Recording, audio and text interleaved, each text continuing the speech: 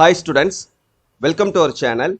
So in the video 12th standard தமிழுக்கு public exam உடைய paper presentation அந்த ஒரிஜினலான அந்த பப்ளிக் உடைய அஃபிஷியலான அந்த ஆன்சர் ஷீட்டை வச்சே நான் உங்களுக்கு சொல்ல போறேன் எப்படி பிரசன்ட் பண்ணணும் அப்படின்றத. சரியா? ஸோ தயவு செஞ்சு ஸ்கிப் பண்ணாமல் கடைசி வரைக்கும் பாருங்க.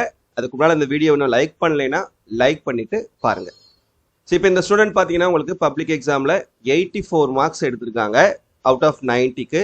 ஸோ 100க்கு 94, கிட்டத்தட்ட பார்த்தீங்கன்னா ஒரு 6 மார்க்ஸ் வந்து இவங்களுக்கு போயிருக்குது. ஸோ இவங்க என்னென்ன பண்ணியிருக்காங்க, என்னென்ன தப்பு பண்ணியிருக்காங்க, ஸோ அந்த தப்பை நீங்கள் பண்ணக்கூடாது. அண்ட் என்னென்ன மாதிரியான ப்ரெசன்டேஷன் ஸ்ட்ராட்டஜிஸ் இவங்க ஃபாலோ பண்ணியிருக்காங்க அதெல்லாம் நீங்களும் ஃபாலோ பண்ணணும். ஸோ இந்த ஃபுல் அனலைசிஸை நான் உங்களுக்கு சொல்ல போகிறேன், அதாவது என்னென்ன செய்யணும் என்னென்ன செய்யக்கூடாது அப்படின்றது. சரியா? இப்போ பார்க்கலாமா? ஸோ பார்ட் 1 பகுதி 1ல் பார்த்தீங்கன்னா நமக்கு 14 1 மார்க் கொஸ்டின் இருக்குன்னு சொல்லியிருந்தோம். 14 1 மார்க் கொஸ்டின் இப்போ எப்படி ப்ரெசன்டேஷன் பண்ணுறது அப்படின்றத பாருங்க. நம்ம சொல்லியிருந்தோம் இல்லையா, மார்ஜினுக்கு வெளியில் கொஸ்டின் நம்பர் போட்டுறணும், மார்ஜினுக்கு உள்ள ஆப்ஷன்ஸும் போடணும், ஆன்சரும் போடணும், ரெண்டுமே எழுதணும். சரியா? ஆப்ஷன் மட்டும் எழுதி ஆன்சர் எழுதாமலோ இல்லை ஆன்சர் மட்டும் எழுதி ஆப்ஷன் எழுதாமலோ விட்டீங்க அப்படின்னா அதுக்கு வந்து கரெக்ஷன் மார்க் கொடுப்பாங்களான்றது சொல்ல முடியாது.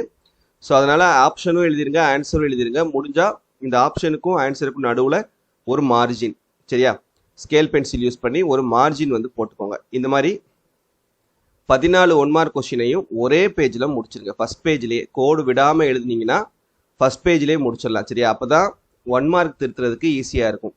இந்த 14க்கு 14 எடுத்துருங்க எப்படியாவது. 1 மார்க் கொஸ்டின் நம்ம எப்படி ப்ரிப்பேர் பண்ணணும்னு சொல்லிட்டு நம்ம வீடியோ போட்டிருக்கோம் இந்த பப்ளிக் எக்ஸாமுக்கு. ஸோ அதை ஃபாலோ பண்ணி நீங்கள் படிச்சிங்க அப்படின்னா கண்டிப்பாக 14 1 மார்க்குமே கரெக்டாக எழுதிடலாம். ஸோ 14 அவுட் ஆஃப் 14 எடுத்துருங்க. அடுத்து 2 மார்க் கொஸ்டின்ஸ். பகுதி 2ல் பிரிவு 1ல் செய்யுளினுடைய 2 மதிப்பெண் வினாக்கள். மொத்தம் நம்ம 3 கொஸ்டின் அட்டன் பண்ணணும். கண்டிப்பாக இங்கே பாருங்கள் எவ்வளோ நீட்டாக எழுதியிருக்காங்கன்னு பாருங்கள். ஹெட்டிங் போடுங்க. சரியா? இந்த மாதிரி தலைப்பு போட்டு அதுக்கப்புறம் ஆன்சர் வந்து எழுதுங்க. பாயிண்ட் பை பாயிண்டாக எழுதும்போது இந்த மாதிரி ஸ்டார் போட்டுக்கிட்டிங்கன்னா பார்க்குறதுக்கு நீட்டாக இருக்கும்.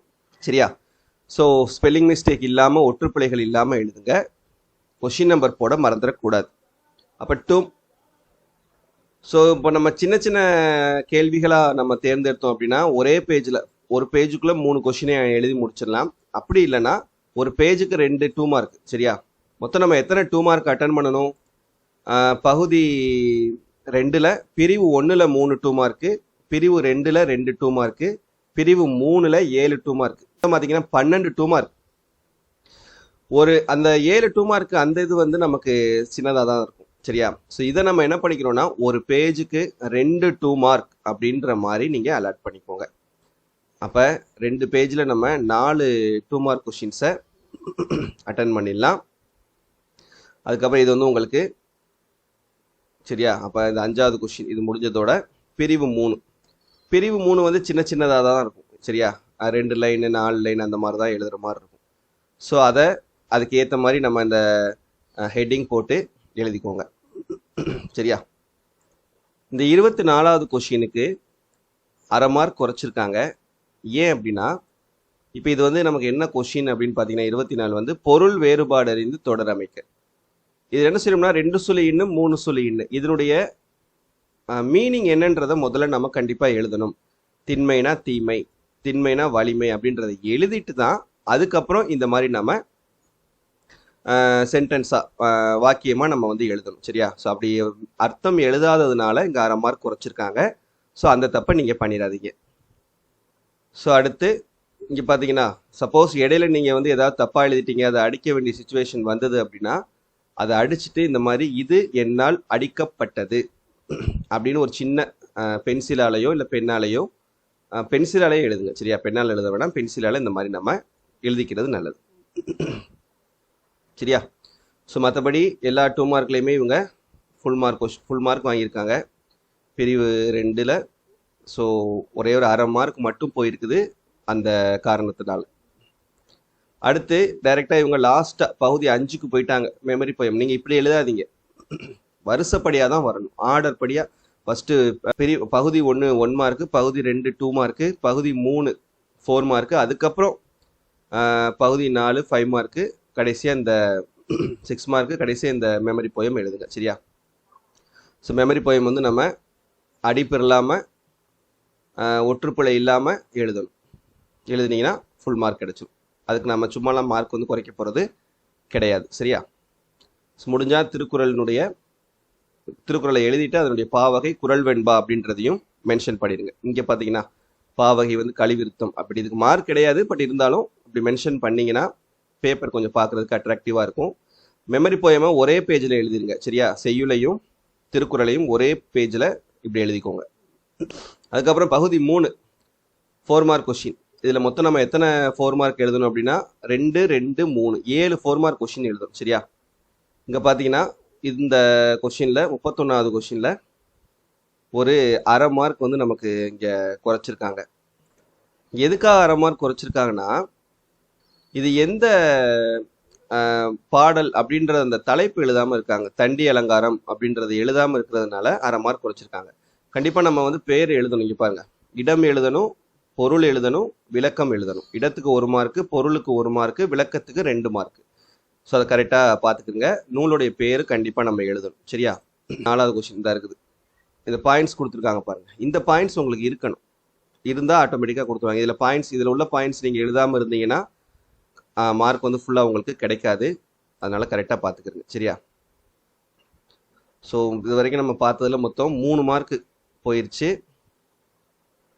இன்னும் 3 மார்க்கு இவங்களுக்கு எதில் போயிருக்குது அப்படின்னு பார்ப்போம். மற்ற கேள்விகள் பாருங்கள், முழு மதிப்பெண் வாங்கியிருக்காங்க. இங்கே ஒரு அரை மார்க் போயிருக்குது. சரியா?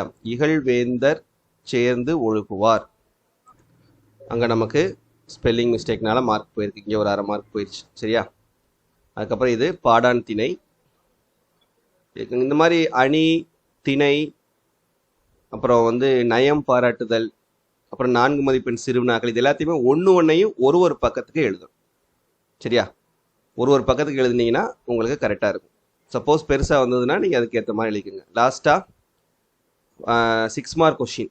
6 மார்க் கொஷின் எழுதும்போது கண்டிப்பாக குறிப்பு சட்டகம் போட்டு இந்த மாதிரி பாக்ஸ் போட்டுட்டு அதுக்கப்புறம் ஒவ்வொரு தலைப்பையும் எழுதி அதை அண்டர்லைன் பண்ணி இந்த மாதிரி சின்ன சின்ன மேற்கோள்கள் ஒவ்வொன்றுக்கும் அதுவும் நம்ம அந்த திருக்குறள் எழுதும்போது கண்டிப்பாக ஒவ்வொரு தலைப்புக்கும் ஒரு திருக்குறள். ஏன்னா கண்டிப்பாக நமக்கு திருக்குறள்லேருந்து ஒரு கேள்வி வந்துடும். சரியா? ஸோ அதனால் நம்ம கண்டிப்பாக ஒவ்வொரு தலைப்புக்கும் ஒரு திருக்குறள் எழுதுங்க. மற்ற கேள்விகளுக்கு உரைநடை கேள்விக்கும் துணைப்பாடத்துக்கும் அதே போல் குறிப்பு சட்டகம் போட்டு முடிஞ்சால் ஒரு சின்ன சின்ன மேற்கோள். சரியா? ஒவ்வொரு தலைப்புக்கும் ஜென்ரலாக நீங்களே சொந்தமாக ஏதாவது ஒரு மேற்கோள்கள் எழுதுனீங்கன்னா முழு மதிப்பெண் கிடைக்கும். அதுக்கு மார்க் எதுவும் குறைக்காமல் நமக்கு முழுசாக வந்து மதிப்பெண் போடுவாங்க. சரியா? இங்கே பார்த்தீங்கன்னா இதுக்கு மொத்தமே 4 மார்க் தான் போட்டிருக்காங்க. 2 மார்க் குறைச்சி வச்சுருக்காங்க இந்த 6 மார்க் கொஷினுக்கு. அடுத்து இது இன்னொரு 6 மார்க் கொஷினு. இந்த 6 மார்க் கொஷின் பாருங்கள். இந்த மாதிரி எல்லா 6 மார்க்குமே முடிஞ்சால் ஒரு மேற்கோள் போட்டிங்கன்னா மார்க் குறைக்க மாட்டாங்க. ஃபுல் மார்க் அப்படியே நமக்கு அவார்ட் பண்ணுவாங்க. சரியா? ஸோ லாஸ்ட்டாக எழுதி முடித்த உடனே மிச்சம் இருக்கக்கூடிய பேஜை இந்த மாதிரி ஸ்கேல் பென்சில் யூஸ் பண்ணியோ இல்லை ஸ்கேல் பென் யூஸ் பண்ணியோ இந்த மாதிரி நம்ம லெஃப்ட் டு ரைட் வந்து ஸ்ட்ரைக் அவுட் பண்ணணும். கண்டிப்பாக நீங்கள் இந்த தமிழில் உங்களுடைய பப்ளிக் எக்ஸாமில் அவுட் ஆஃப் 90க்கு 89 மார்க்ஸ் எடுக்கிறதுக்கு, முடிஞ்சால் 90 கூட எடுக்கிறதுக்கு என்னுடைய ஆல் த பெஸ்ட். கடவுள் இருக்காரு. நல்லபடியாக ஃபாலோ பண்ணி எக்ஸாம்ஸ் எழுதுங்க. சரியா? தேங்க்யூ.